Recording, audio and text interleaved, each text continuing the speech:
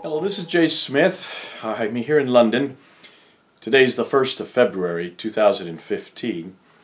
I want to speak tonight because of something that happened yesterday. Many of you know, if you watch the news, you know that these two men now have been executed.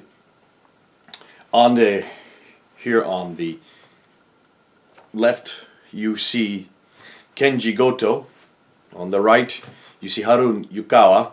And in the middle, of course, is Jihadi John. I want to talk about their story. Certainly in the news you're hearing all about it, but you're not hearing everything. And what you're not hearing is what I want to talk about tonight. You see, these two men are friends, the two on either side, Kenji and Harun, were friends. They met each other in April of 2014, just last year. Kenji Goto is a photojournalist, highly respected. Spends much of his time on the front lines. I'll talk a little bit more about him. Harun Yukawa is not a photojournalist. He's a very troubled man. Has had a number of disasters that have happened in the last 10 years. A number of years ago, his wife died of cancer. His business went bankrupt. He was in debt. He tried to commit suicide. And in the last year or two, he's been trying to redeem himself by going into dangerous zones, trying to become an expert in security, which he has failed at as well. When he met Kenji, the two of them in April of last year went to Iraq, and Kenji tried to help him, tried to give him some help to understand how to work in secure areas, how to work behind lines in dangerous areas. Harun Yukawa has always had a troubled past. He was bullied when he was a young boy. He started this firm then to try to create some type of comeback. These are pictures of him on his Facebook site holding an AK-47, but he was a very mild-mannered man. He even changed his name to Haruna, making it a feminine form. And possibly that was one of the reasons why he was befriended by some of the Syrians there in Syria. It was obvious, however, that he needed help. Here's another picture of him. These are just pictures you can get on YouTube. Not YouTube. You can go up and get them on the internet, on most sites. Google them and you can find these pictures. There's nothing new. But then in August of last year, in August, I think 14th, he was then captured. The video came out. I don't want to show it of him being captured. He was humiliated, pushed to the ground. He had long hair, straggly hair. And those who had captured him were beating him up. When that came out all over the news, of course, Japan was forced into a conflict because then they were pulled into this conflict, having not been so beforehand.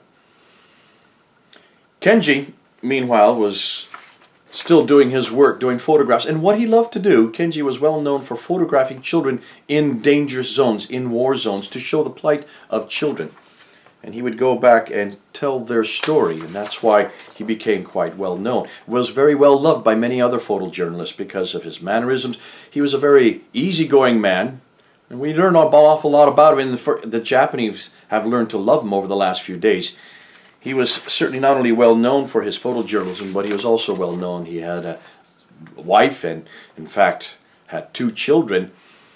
Interestingly, in October of 2014, so just a few months ago, on the 24th of October, 2 weeks after his second child was born, he was in Turkey and he decided to go help Harun Yukawa. He wanted to help his friend that he had befriended in April of last year, and so he decided to cross the border into Syria to see if he could help.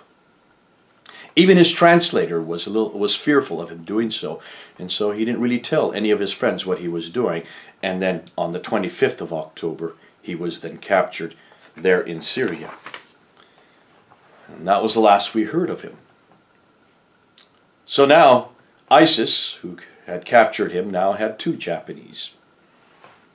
Then in December of last year, just before Christmas, this man was shot down. Some say he wasn't shot down, but certainly he lost his plane. He was a F-16 pilot. His name is Muat al-Kasasbe. He was a pilot from the Jordanian Air Force, shot down over Syria, and then captured by ISIS. Here's a picture of his capture. You can tell he has a broken lip. He was beat up a bit. Certainly, this caused an awful lot of furore in Jordan itself, and many people in Jordan wanted him to be released, as you would expect, but they started turning on the government and even demanding that he be released. That brings us up then to January, this month, 2015. Here you can see a picture of Muat al-Kassesbe as he's being captured, and here you see a picture of Kenji Goto. Harun Yukawa and Kenji Goto then became front and center. And a week ago, on the 24th of January, they executed Harun Yukawa. And the ISIS then demanded that in order for Kenji Goto to be released, and also Muat al-Kassesbe, this man here, ISIS would have to free this woman here, Sajida al-Rishawi. Sajida al-Rishawi was a failed suicide bomber. She had tried to blow herself up about 2 years ago in 2012. And that was the deal. And of course, the Japanese government thought that maybe the deal would go through, and so did the Jordanian government, up until Friday, just 2 days ago. On the 30th of January, they thought that these both Kenji Goto and Muat al-Kassesbe would be freed in exchange for this woman, Sajida al-Rishawi. That didn't happen, obviously, because they could not provide, ISIS could not provide proof that Muat al-Kassesbe was still alive. So yesterday, they executed Kenji Goto. Kenji Goto. Kenji Goto, the man on the left.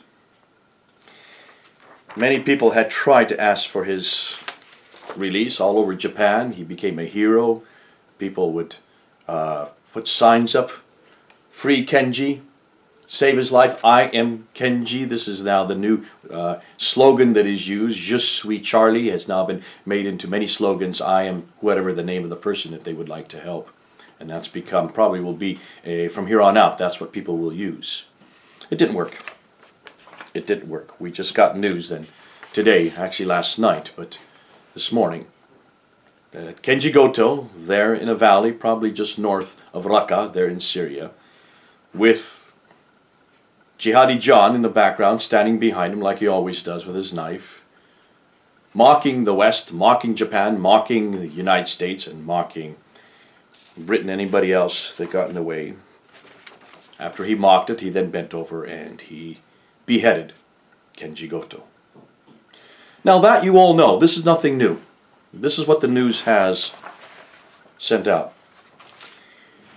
What the news hasn't told you is that Kenji Goto is a Christian. You haven't heard that. BBC had one line, Times this morning, mentioned it in the very end of their article. It just so happened he was a Christian. But they didn't tell you why Kenji Goto went back to Syria. Why on October 24th he suddenly went across the border and disappeared on October 25th. They didn't tell you that he went there to save his friend Harun Yukawa. See, this is the other side of the news that no one's talking about. This is the elephant in the room. When Peter Kassig was arrested, the American aid worker who then converted to Islam, took on an Arab name, Muslim name, excuse me. That was all over the news, and almost every time you heard about Peter Kassig, you then always were told that he was a Muslim, he was a Muslim, he was a Muslim. No one bothers to tell you that Kenji Goto was a Christian, has been a Christian since 1997, almost 20 years now. He went back into Iraq to save Harun Yukawa.